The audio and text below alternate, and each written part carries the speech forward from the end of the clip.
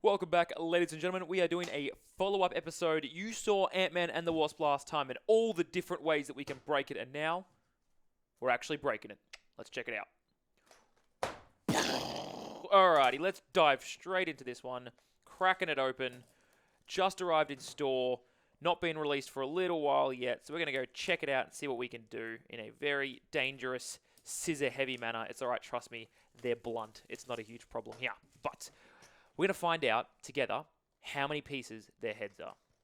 That's the real trick on this one. So what kind of things have we got dived up in here? Very succinct packaging from Atomic Games. I actually really appreciate that. They're not over-excessively doing huge boxes with a bunch of air and gaps in it. Yeah, they've got like kind of some suspension, kind of bit of a squishy thing here to protect it a little bit in there. But otherwise, like they're pretty succinct. Fair bit of plastic, but look, you're kind of going to cop that in general. So, ooh, so they actually have clear wings rather than painting them for the Wasp. That's really cool. You could definitely just put like a blue glaze or something on those wings to definitely get them a really, really nice color. That's actually really, really cool. I'm excited about that. I appreciate the fact they always put quite a lot of bases in here as well. So if you've got a team that only uses one base, or if you're like me, I like bases with the pieces of metal on them because I paint them brass.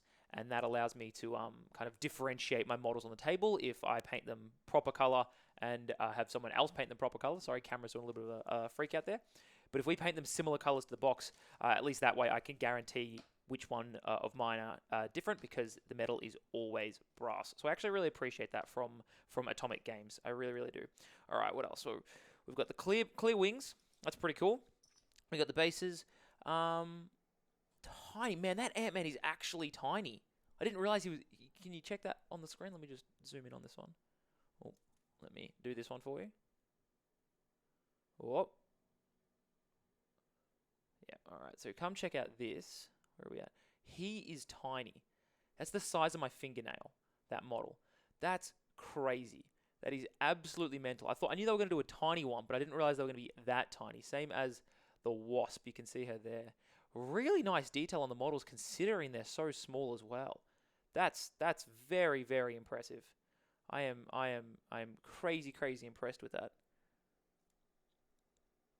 Well done. Well done. And then we've got kind of regular sizes here. That's just a typical size of models that you expect these days. Nothing crazy on them. Nice detailing. The head's not in multiple pieces. There's half a head there. I'm going to drop this back down a bit so we can have a squeeze. So we've got head there. That's one. You have the 2 ear pieces that you can put in. So that's 3 pieces for the head.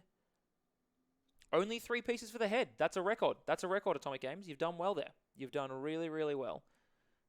I applaud you only having that. Again, head for the Wasp over there on this one. You can see, again, pretty much 1 piece on the head, and you just add the 2 kind of antennae to either side. So look, pretty good. Pretty good. We don't have a 12-piece head. We're looking at you, Star-Lord. Nothing crazy like that.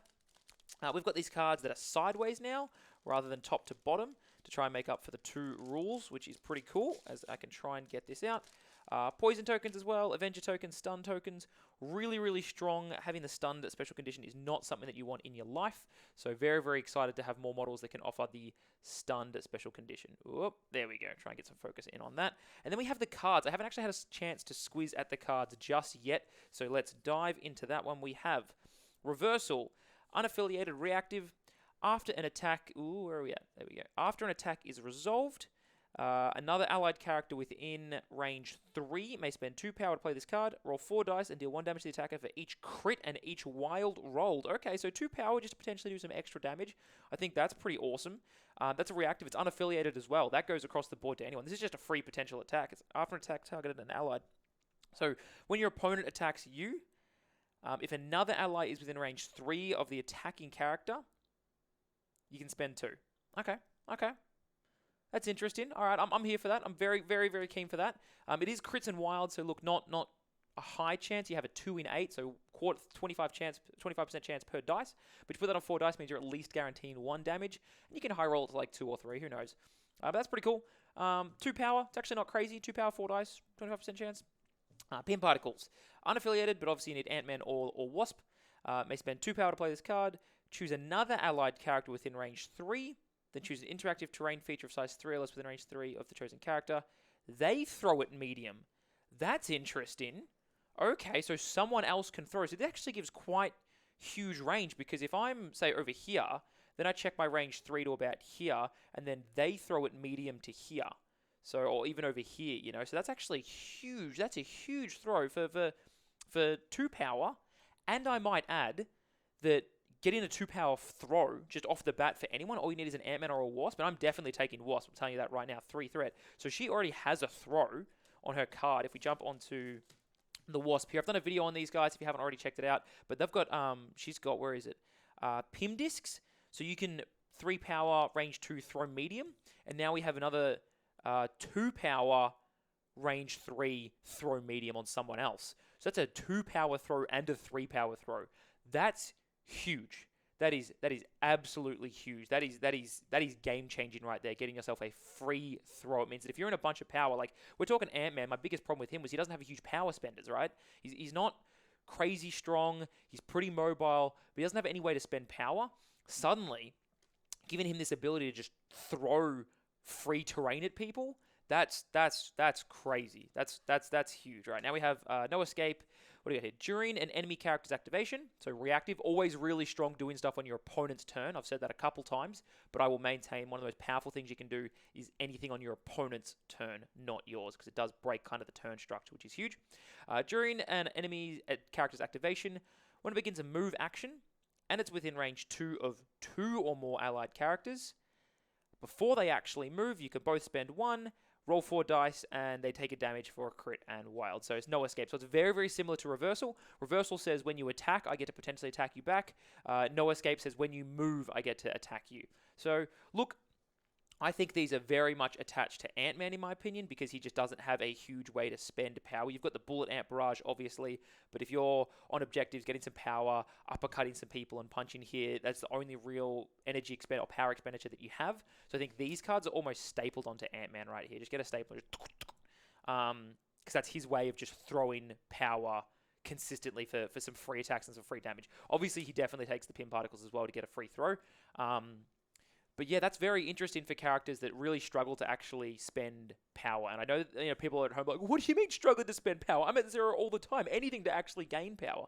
But for characters like Ant-Man that actually really do struggle, I think having some free, extra, cheap, sneaky attacks, I think that's absolutely huge for him. So this definitely makes Ant-Man a lot more powerful, in my opinion, than what I originally anticipated, just having access to these cards. And let's, while I'm here, let's actually look at the artwork of these cards as well, because these are just gorgeous, gorgeous artwork. Look, you got Vision absolutely obliterating Ultron.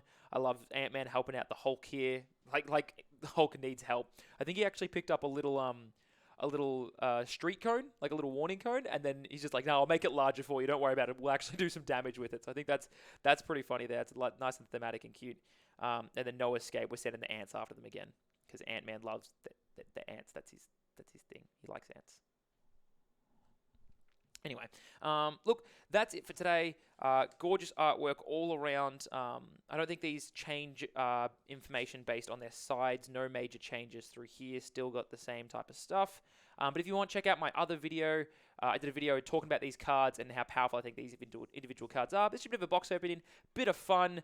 We just got it the other day. Hasn't been released just yet. It's getting released, I think, next week or the week after. So you can check all of that out. generalgames.com.au. You can actually pre-order all these things, get them into your hands when the release time comes. I really, really like the fact they did that with the wings. I think that is absolutely awesome. You can even choose. There's the tiny and the large.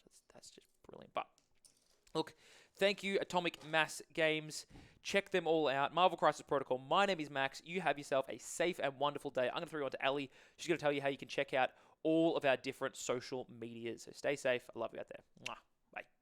Hey guys, it's Ellie. If you liked that video, make sure you hit that like button and subscribe for more interesting content. You can also follow us on Facebook for more information and events. Likewise, follow us on Instagram for those behind the scenes photos and videos. See ya!